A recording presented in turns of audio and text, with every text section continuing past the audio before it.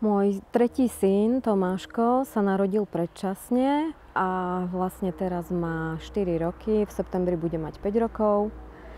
A keďže sa narodil predčasne, tak z toho vyplývajú aj jeho diagnózy, lebo nastalo krvácanie do mozgu, čiže DMO, spastická kvadruparéza. Potom sa pridružil Westov syndrom, epilepsia. Sa zdá, že takú prvú zmenu buď po prvých 2 týždňoch alebo po mesiaci určite sme zaznamenali, že wow, lebo vlastne vtedy do tých mal 4 roky necelé, hej, tak pri žiadnej terapii alebo nejakých takých doplnkových výživových nezbadali sme, že až taký posun ako pri tomto. Takže to nás chytilo a vlastne preto sme tomu verní a ďalej stále dúfame a veríme, že to pôjde stále ďalej lepšie a lepšie. Ja mu poviem, vieš čo, Tomi, idem zavesiť prádlo, medzi tým ešte 3 veci iné spravím a prídem, už si zavesila prádlo, že sa ma spýta, hej, alebo začal sa zapájať, no teraz už nám povie také celé zložité vety, otázky, že my sme úplne z neho pav. Mentálne ide veľmi dopredu, to je super. Napríklad predtým nám veľmi robil problém prehltnúť stravu s malými hrudkami. Hej, všetko som mu musela nadrobno mixovať, lebo on sa aj s malou hrudkou, zemiaková kaša, alebo čo on sa zadusil, alebo keď mrkvu v polievke, alebo rezanček malý, jeho to dusilo. A vlastne teraz už v pohode, krája mu ešte na malé kúsky, ale už pekne vie aj požuť. Alebo prst, oko, ruka, hej, že vlastne nevedel predtým vôbec trafiť nejakú malú, máme také červíky do dieročky alebo na tablete, pekne posunúť, kde to má ten tvár alebo čo. Teraz krásne. Všetko aj na malé ikonky, všetko trafí, pritom máme zrak postihnutý, že má len 1/5 zachovanú. Takže pre mňa je to super wow.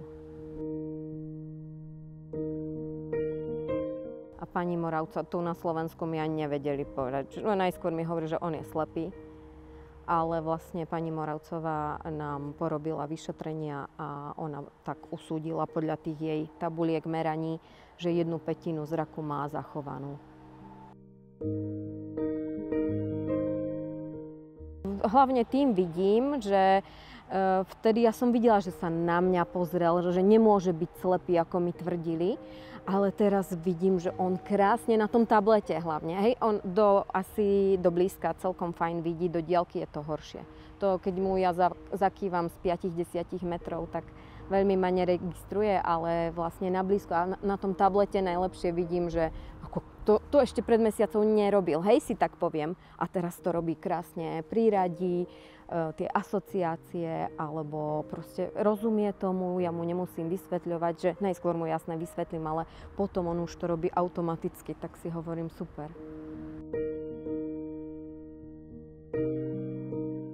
Tak aj po fyzickej stránke máme pokroky, sú síce miernejšie, ale sú. Napríklad začal sa asi tak po pol roku užívania sám pretáčať, čo dovtedy nerobil. A vlastne po takom roku, ako to berieme, tak začal krásne cez slamku ťahať, spojil pery, keď mu podávam z pohárika, takže je to super. Áno, ja som sa na začiatku vlastne veľa mamičiek, odborníkov, vadeli a neviem, kde všade možne, kde chodíme, pýtala, že či o tom počuli a čo na to hovoria a tak. Pravdu poviem, že veľa ľudí ma skôr odhováralo, ale potom jedna mamička, že vyskúšajte, neobanujete. Tak som teda vyskúšala a som rada. Určite by som to odporúčila. Viem, že veľa mamičiek váha, či do toho ísť, či nie, ale kto nevyskúša, nevie. Ani ja som nevedela, že či hej alebo nie, ale ako sme to začali brať, tak vidím ja sama viditeľné pokroky a každý, komu sa narodí takto dieťatko, tak proste skúša možné, nemožné a toto je fakt, že to vidíme. To po žiadnej terapii alebo výživových doplnkoch sme nevideli. Samozrejme, berieme všetko možné, ale ako sme toto k tomu pridružili, Reconvel, tak vidíme viditeľné výsledky.